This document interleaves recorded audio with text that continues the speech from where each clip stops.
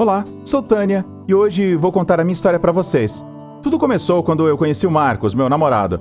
No início éramos apenas amigos, embora eu secretamente gostava dele há muito tempo. Algo me dizia que ele também sentiu mesmo, mas eu não tinha certeza e fiquei com vergonha de perguntar. Até que um dia, ele me convidou para ir ao cinema.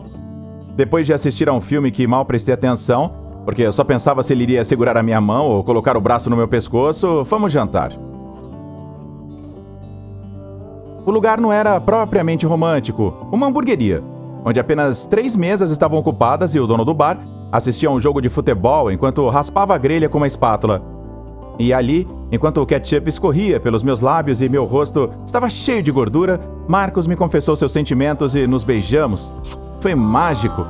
É claro que o lugar menos importa quando você está apaixonada. Guardo essa lembrança em minha mente como um momento inesquecível. Desde então, estamos namorando. Nós nos entendemos muito bem e estamos loucamente apaixonados. Passamos quase o dia inteiro juntos. Estudamos na mesma escola, nos encontramos no recreio e depois passamos a tarde juntos. Na minha casa, já o amo como um outro filho. A nossa confiança e a forma como nos relacionamos é incrível. Estou vivendo uma história de amor que parece saída de um filme e não poderia estar mais feliz. Veja o nível de confiança que temos como casal, que o Marcos sabe, um dos meus maiores segredos, algo que eu tenho muita vergonha que outros saibam. Mas com ele é realmente diferente. E o que é e como eu contei a ele? Para isso temos que voltar um pouco. Há alguns anos eu sofri um acidente enquanto brincava no parque e me machuquei gravemente. O golpe foi tão forte que acabaram engessando os meus braços. Imagina como foi complicado. Passei um mês nessa situação e precisei de ajuda em tudo. Tomar banho, comer e até ir ao banheiro para fazer as minhas necessidades. Meus pais se tornaram meus assistentes em tempo integral. Felizmente isso aconteceu no verão, porque eu não quero nem pensar como seria ter que ir à escola naquelas condições. Mas ei, não acredite que aos 13 anos é super legal que sua mãe tenha que limpar o seu bumbum quando você terminar de evacuar. Voltando à história, cada tarefa diária para mim era uma tortura. Nem tive vontade de comer e perdi muito peso. E já estava bastante magro, mas aquela situação me deixou sem apetite e chateado. Claro que isso afetou minha saúde e meus pais ficaram preocupados. Porque se eu não comesse bem, não conseguiria me recuperar. Então um dia, minha mãe pensou em preparar leite com cereais em pó para mim, como bebês, na mamadeira. No começo eu fiquei totalmente relutante em comer aquilo, mas eu realmente concordei em experimentar. E estava delicioso. Então quando eu não comia muito, era uma boa maneira de comer comida extra e era muito mais conveniente para os meus pais. Depois de terminar a comida e sentar no sofá, eu descansava a cabeça no colo deles e eles me davam a mamadeira enquanto a gente assistia a TV. Quase sem perceber, eu devorava aquele leite morno. Foi tão bom que finalmente eu ganhei peso e me senti mais saudável e mais forte. Foi um pequeno detalhe que fez a diferença na minha recuperação. E como tudo isso acabou? Bem, depois que tiraram o gesso dos meus braços, eu continuei bebendo mamadeira com leite e cereal para bebês. Finalmente eu consegui atingir o peso que me correspondia, pois sempre fui bastante magra e tive alguns problemas de saúde. Desde que eu comecei a mamadeira, eu nunca mais fiquei doente. Estava com a perfeita saúde e me sentia melhor do que nunca, por dentro e por fora. Eu sei que alguns de vocês vão pensar, bem, vocês poderiam ter pego o leite no copo, mas devo esclarecer que não tinha o mesmo gosto. Além disso, que mal faria se eu gostasse do meu leite na mamadeira? Quando comecei a namorar o Marcos, claro, mantive meu grande segredo escondido. Mas com o tempo passamos tantas horas juntos que às vezes eu queria tomar um pouco de leite em casa para jantar e não queria comer mais nada. Então no final decidi contar a ele. Honestamente, eu fiquei preocupada com a reação dele. Mas, para minha surpresa, ele reagiu com muita naturalidade. Marcos não só aceitou o meu costume com um sorriso, mas até me ajudou a conseguir as minhas garrafas de cereais favoritos. Era um alívio poder compartilhar algo tão íntimo com ele e fazê-lo aceitar sem me julgar. Minha vida toda era um filme de fantasia e eu estava feliz com tudo isso. Quando meu pesadelo começou foi na semana passada. Eu tinha chegado na escola como todas as manhãs e ao entrar no corredor, eu percebi que todos estavam sussurrando coisas sobre mim. Sussurraram e apontaram e até riram. Eu me sentia incomodada, então eu liguei pro Marcos, que ainda não tinha chegado, mas ele não atendeu. Então eu decidi ignorar todos aqueles que pareciam zombar de mim e continuar o meu caminho para a aula. Então a menina que eu mais curtia na aula pelo seu jeito crítico se aproximou de mim. Com uma voz zombeteira, ela me cumprimentou e então começou a fazer um gesto com as mãos, como se estivesse chupando uma chupeta ou uma mamadeira. Comecei a sentir um calor na cabeça e disse a mim mesma que não poderia ser, ninguém sabia desse segredo. Aí a Jennifer me disse: "Ah, Tânia, como você estava enganada. Todos nós, né?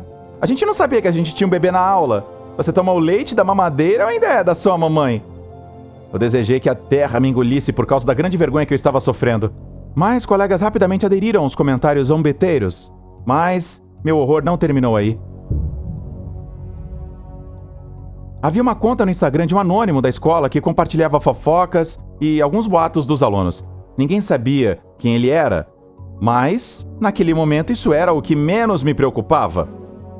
Quem estava na última postagem? Eu. Uma foto que meu pai tirou de mim um dia em casa, enquanto eu bebia minha mamadeira. Quando Jennifer colocou a imagem na minha frente, eu não sabia o que responder e comecei a gaguejar. As lágrimas rapidamente começaram a escorrer pelo meu rosto e eu fui direto pro banheiro chorar.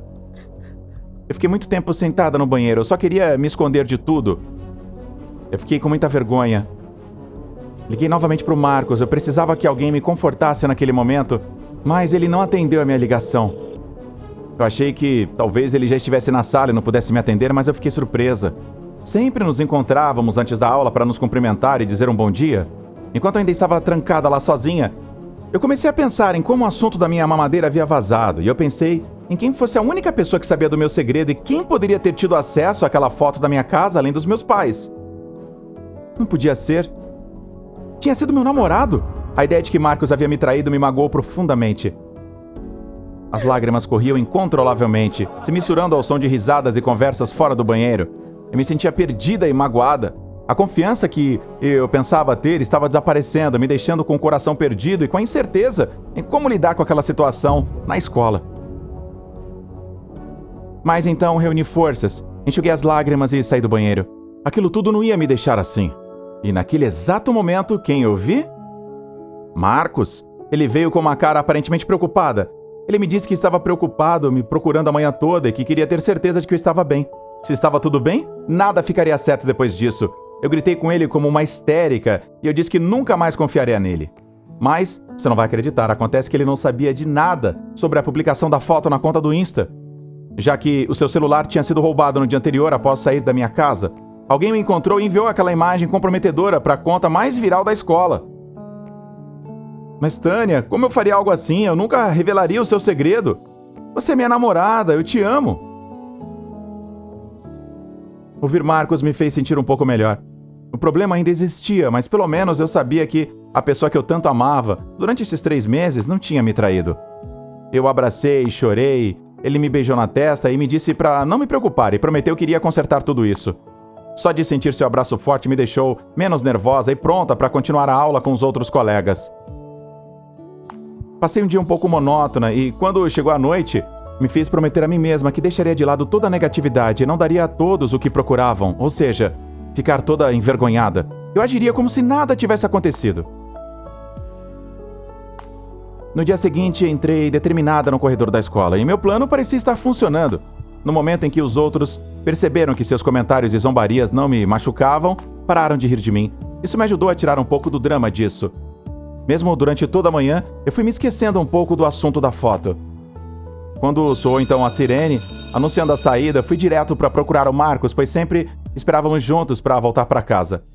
Quando eu saí da aula, ele não estava me esperando na porta, o que me surpreendeu. Estava indo para a sala de aula dele e de repente eu vi discutindo com um de seus melhores amigos. Naquele mesmo momento, me coloquei entre os dois, tentando acabar com aquela discussão e perguntei o que tinha acontecido com eles. Marcos parou e pegou a minha mão e, sem dizer uma palavra, saímos da escola. Quando a situação parecia ter se acalmado um pouco, eu perguntei para ele por que ele estava discutindo com o amigo dele, e ele me disse que era porque o tinha ouvido rir de mim. Eu não gostava que ele tivesse problemas com os outros e muito menos discutisse. Embora de forma egoísta, eu me senti um pouco aliviada por tudo aquilo ter sido para me defender. Antes de voltarmos para casa, decidimos passar algum tempo juntos e nos sentamos num banco do parque. Estávamos conversando sobre como foi nosso dia e o quanto sentimos falta um do outro durante o horário de aula. Então eu dei um abraço nele. E quando eu estava prestes a ir embora com ele, eu senti algo na calça dele vibrando. Eu perguntei se ele já tinha comprado um celular tão novo, tão cedo, e ele disse que sim. Ele parecia um pouco nervoso, no entanto. Ah, e qual você comprou? Como que é a câmera? Você pode me mostrar? Eu perguntei. E de repente a atitude dele mudou. E ele disse que não. Eu comecei a rir, sabendo que ele adorava mexer comigo e pregar peças em mim de vez em quando, mas seu rosto não parecia mudar. Ele estava falando sério, e isso automaticamente me fez pensar que algo estava errado. Eu insisti para que ele me mostrasse e ele continuou a se curvar, até que de repente eu coloquei a mão no bolso e tirei. Eu não conseguia acreditar no que eu estava vendo. Era o telefone dele. Eu não consegui esconder, pois ele tinha o vidro quebrado numa parte e também a capinha que eu tinha dado para ele algumas semanas. O mesmo telefone que supostamente foi roubado dele. A minha cabeça começou a girar. Ele mentiu pra mim sobre roubar o telefone dele para que eu não soubesse que ele que tinha enviado a foto para contar dessa fofoca da escola. Ele me traiu e depois mentiu pra mim para esconder isso. Ele baixou a cabeça e me pediu perdão. Embora ainda estivesse muito nervoso e constantemente me pedisse para devolver o celular, o que importava se eu tivesse o telefone? Eu já tinha descoberto tudo aquilo, mas não. Amigos, ainda tinha algo faltando. Marcos ficava me dizendo o quanto eu estava arrependido enquanto o telefone dele vibrava. As notificações continuavam chegando. Eu peguei o telefone, desbloqueei e vi com o detector facial dele o que era. E de onde vieram todos esses alertas? Do Instagram de Gossip. E ele era o dono da conta. Ele tinha me traído da maneira mais cruel para ganhar apenas algumas curtidas e seguidores. Eu saí correndo de lá super chateada e levei o celular dele comigo, tomando cuidado para não bloqueá-lo. Estava claro para mim que eu iria me vingar, iria publicar a coisa mais constrangedora da vida dele para que todos rissem dele. Eu faria com que ele pagasse por todo o ridículo que ele havia me colocado. E muitos outros colegas da escola. As ideias continuavam vindo à minha mente, cada uma pior que a anterior. Mas quando eu estava prestes a realizá-las, eu mudei de ideia. Eu não seria o mesmo tipo de pessoa que ele. O que eu me tornaria se fizesse o mesmo? Bem, uma pessoa má igual a ele. Então resolvi fazer a última postagem dessa conta antes de solicitar a sua exclusão definitiva do Instagram. Revelei a verdade, a identidade por trás daquele perfil anônimo. Aquele que se dedicou a usar um apelido para criticar e dizer todas as coisas que não conseguiria enfrentar. Aquele que não se importava em ferir os sentimentos das pessoas para ganhar popularidade e as risadas ridículas de 4 personagens tão rudes quanto ele. Não insultei, não usei violência e assinei aquela revelação com o meu nome. Assinei até com uma madeira no final. E garanto que senti o maior sabor da vitória. No dia seguinte foi só aplausos quando eu cheguei na escola, e meus colegas não paravam de me pedir perdão por terem rido de mim por causa da foto. Pelo contrário, Marcos olhava para o chão, tentando evitar todo mundo e entrando direto na aula. Eu fiquei feliz pela atitude dos meus colegas que, depois de perceberem seus erros, o quão terrível é inclusive o bullying, não foram como ele e não caíram em zombarias ou insultos. E qual foi o propósito dessa lição para mim? Pois bem, para que eu pudesse dizer em voz alta que quem não aceita como é e quem ri de mim com os outros não terá lugar na minha vida. Assinado, a Mamadeira. Não se esqueça de se inscrever e deixar seu like se você curtiu. Até o próximo vídeo!